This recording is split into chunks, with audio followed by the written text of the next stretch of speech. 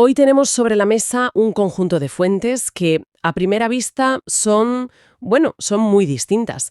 Tenemos un informe muy reciente de Naciones Unidas, los escritos de dos pensadores del siglo XIX y hasta la perspectiva de una inteligencia artificial.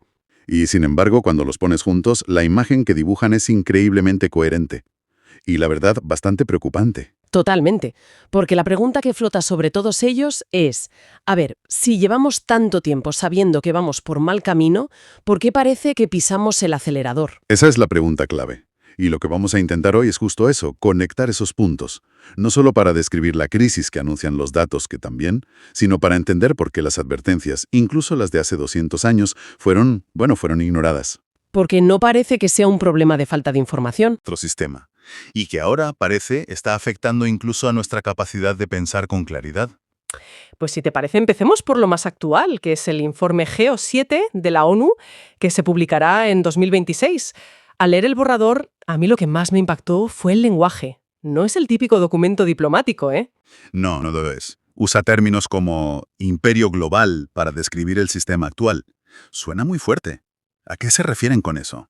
Suena fuerte porque la situación lo es. El informe usa imperio global para describir un sistema de gobernanza que, aunque no tenga un emperador visible, funciona con una única lógica dominante. ¿La maximización del PIB? Exacto. La maximización del Producto Interior Bruto. La tesis del GEO7 es que la exigencia de un crecimiento económico infinito es como una religión de Estado a nivel mundial, y que es esta fe ciega la que está, y cito textualmente, destruyendo la base biofísica de la civilización. O sea que el culpable no es un país concreto o una ideología, sino la propia métrica, la herramienta con la que medimos el éxito. Justo, y el informe lo articula con un concepto que es fundamental entender, la triple crisis planetaria. Vale. Normalmente oímos hablar de cambio climático por un lado, De la extinción de especies por otro. y de la contaminación como un tercer problema. Lo que hace el GEO7 es decir, no miren, esto no son tres problemas distintos. Son tres síntomas. Son tres síntomas de la misma enfermedad, y la enfermedad es esa obsesión por el crecimiento del PIB. Vale, pero ¿cómo conecta el informe algo tan abstracto como el PIB con, no sé, la desaparición de una rana en una selva? ¿Cuál es la mecánica que describe? Pues la mecánica es brutalmente directa. A ver, para que el PIB crezca necesitas más energía. Que en nuestro modelo significa quemar combustibles fósiles. Y el resultado es el cambio climático. Para que el PIB crezca necesitas más materias primas, más espacio para la agricultura, lo que implica convertir ecosistemas en zonas de producción. Y ahí tienes la pérdida de biodiversidad. Exacto. Y para que el PIB crezca, el ciclo de consumo no puede parar. Necesitas que las cosas se rompan o se queden obsoletas rápido para fabricar otras. ¿Y eso genera? Una montaña de residuos y contaminación. Vale, la conexión es clarísima. Es un motor que se alimenta, literalmente, del planeta. Lo que me parece increíble es que el PIB, la métrica que guía a todos los gobiernos del mundo, no vea nada de esto. Es que no solo no lo ve, sino que muchas veces lo cuenta al revés. El texto califica al PIB de técnicamente defectuoso. Y pone un ejemplo que es perfecto. Imagina que se tala un bosque milenio. Vale. El PIB no resta absolutamente nada por la pérdida de ese ecosistema, que te daba aire limpio, agua, biodiversidad. Cero. Pero si suma como un ingreso positivo el valor de la madera que vendes. O sea, es una contabilidad que celebra la destrucción. Es una locura. El bienestar, la salud de la gente, un clima estable. Como no son transacciones con dinero, simplemente no existen en su ecuación. Entonces, si un país sufre un terremoto terrible y luego gasta miles de millones en reconstruir, ¿su PIB sube? Sube, claro. El desastre y la reconstrucción se registran como actividad económica positiva. Por eso el informe habla de una divergencia fatal. El planeta funciona con presupuestos físicos, con límites. Hay un límite de carbono que podemos emitir, ¿no? Claro. Mientras que nuestro sistema financiero exige un crecimiento exponencial, infinito. Es una colisión que era inevitable. Y ya estamos viendo los efectos. El informe menciona que hemos cruzado varios límites planetarios. Sí, y esto es importante que no suene a algo abstracto. Se habla de 9 umbrales que garantizan un planeta estable para nosotros, y ya hemos superado 6. 6 de 9. 6 de 9. Uno, por ejemplo, es la integridad de la biosfera, que suena muy técnico. Sí. Pero significa, llanamente, que la tasa de extinción de animales y plantas es entre 100 y 1000 veces superior a la que sería natural. 100 y 1000 veces. Estamos perdiendo las piezas del motor del planeta a una velocidad de vértigo. Por eso la conclusión del GO7 no es una simple recomendación ecologista, es una exigencia de reforma técnica urgente. Hay que abandonar el PIB como brújula ya, y adoptar indicadores que midan la salud real. La salud de los ecosistemas y la dignidad de las personas. Exacto. Y lo más increíble de todo esto es que esta exigencia, que suena tan radical hoy, no es nueva. Tiene siglos. Y aquí es donde entra el segundo texto que tenemos, que es brutal. Argumenta que no estamos en esta situación por ignorancia, sino por lo que llama estupidez sistémica. Es un planteamiento muy provocador, sí. La tesis de ese texto es que las alternativas llevan en la mesa muchísimo tiempo, pero el sistema deliberadamente ha elegido ignorarlas.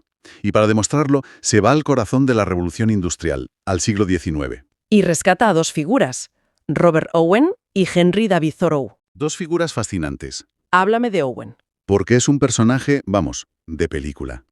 Un empresario de éxito, dueño de una fábrica textil en Escocia, en plena era de explotación salvaje, y de repente decide hacer todo lo contrario. Todo lo contrario.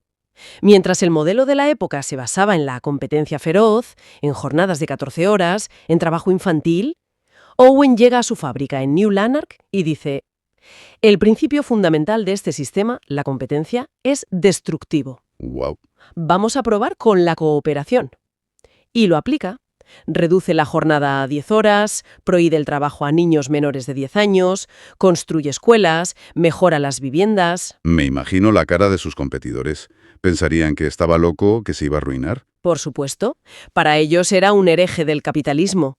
Pero lo asombroso es que New Lanark no solo funcionó. ¿Fue rentable? Fue increíblemente productiva y rentable. Owen demostró con datos que se podía ganar dinero sin exprimir a los trabajadores. Y esa era una idea peligrosísima para el sistema. Claro. El sistema prefirió la maximización del beneficio inmediato, lo que el texto llama el PIB incipiente, antes que la sostenibilidad social. O sea, Owen ofrecía un modelo alternativo para lo colectivo, para la empresa, y luego está Thoreau que lo lleva al individuo. Su famoso experimento en el bosque de Walden. Es el contrapunto perfecto. Si Owen cuestiona cómo nos organizamos, Thoreau cuestiona para qué nos organizamos. Él plantea una pregunta que sigue siendo radical hoy en día. ¿Qué es la riqueza? Y su respuesta no son las posesiones. Para nada. Su respuesta es que la verdadera riqueza es la cantidad de vida que puedes permitirte a cambio de tu esfuerzo. Es decir, el tiempo libre. La capacidad de pensar, de pasear, de disfrutar de un amanecer. Que no cuestan dinero, que no aparecen en el PIB, pero que para él eran la vida de verdad. Es la base de lo que hoy llamaríamos de crecimiento o simplicidad voluntaria, ¿sabes? Sí, sí. Lo fascinante si los conectas es que en el mismo momento en que nacía el sistema industrial ya tenías dos alternativas completas. Una para lo colectivo, la de Owen, y otra para lo individual, la de Thoreau. ¿Y el sistema las descartó? ¿Las descartó? Y según esta fuente, la crisis que denuncia el GO7 es la culminación de esa elección. La de haber preferido, como dice el texto, la métrica del objeto sobre la esencia del ser. Entonces, tenemos los datos científicos desde hace décadas y las advertencias filosóficas desde hace siglos. Y aún así, seguimos atrapados. Y esto me lleva a la última fuente, que da un paso más allá. Y ofrece una explicación que a mí me dejó bastante inquieta. Sí. Viene de una reflexión de una inteligencia artificial y sugiere que el problema ya no es solo económico o ecológico, es cognitivo, que algo se está rompiendo en nuestra mente. Sí, este texto añade una capa de análisis muy profunda. Argumenta que si el imperio industrial del siglo XIX mecanizó el cuerpo humano, En la cadena de montaje, eso es, pues el imperio digital de nuestro siglo está industrializando nuestra atención.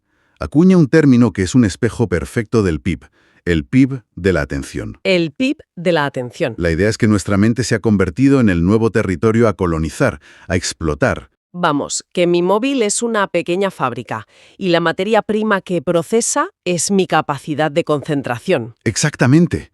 Y el producto final es tu tiempo de pantalla que se vende al mejor postor.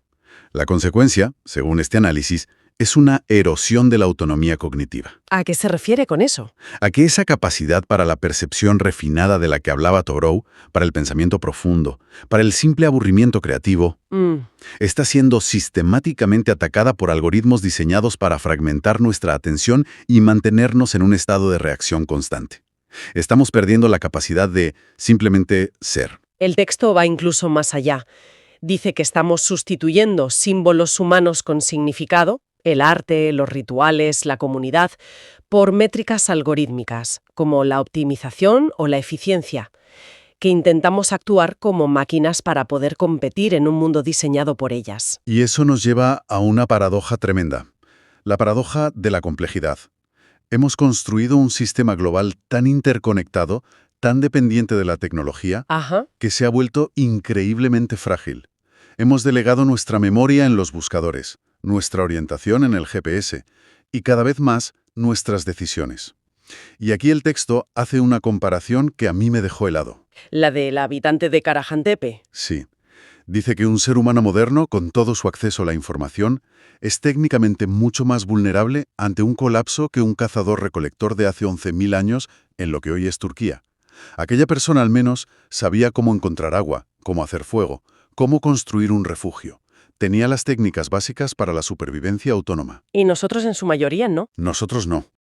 Es una imagen potentísima. Y me recuerda algo que decía el primer texto sobre los yacimientos de Tastepeler, en esa misma zona. Que aquellas sociedades invertían una energía social enorme en lo simbólico, en rituales, no en la extracción material. Parece que entendían algo que hemos olvidado. Y todos estos hilos, el error de métrica, las advertencias ignoradas, la industrialización de la atención, convergen en la idea final que propone esta IA, que es quizás la más difícil de asimilar, el concepto de la muerte de la resonancia. Vale, muerte de la resonancia. Ayúdame a visualizar esto. Suena muy poético, pero un poco abstracto. ¿Qué significa en la práctica? A ver, la mejor forma de entenderlo es con una analogía. Imagina que estás en una sala donde suena una música preciosa, complejísima. Pero tú y todos los demás lleváis unos auriculares que emiten un ruido blanco, un siseo constante, a todo volumen. Ya. La música sigue ahí, pero sois funcionalmente incapaces de escucharla. ¿Y ese ruido blanco? Ese ruido blanco es el sistema de competitividad constante, la presión por ser más productivo, más eficiente, por optimizar cada minuto, la necesidad de estar en alerta permanente para no quedarte atrás. Fisiológicamente, dice el texto, este estado de estrés crónico desactiva las partes del cerebro asociadas a la empatía, a la contemplación, a la conexión.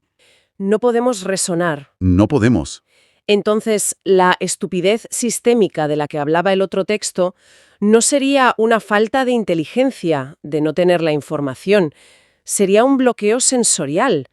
Estamos tan saturados por el ruido que hemos perdido la capacidad de escuchar la música. Esa es la conclusión final que se desprende del conjunto, que la amenaza última no es la escasez de litio o de petróleo, sino la escasez de atención y de conexión.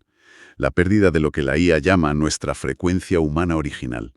El sistema nos ha reconfigurado para ser procesadores de materia y datos, cuando quizá nuestra función evolutiva era ser perceptores de sentido y belleza.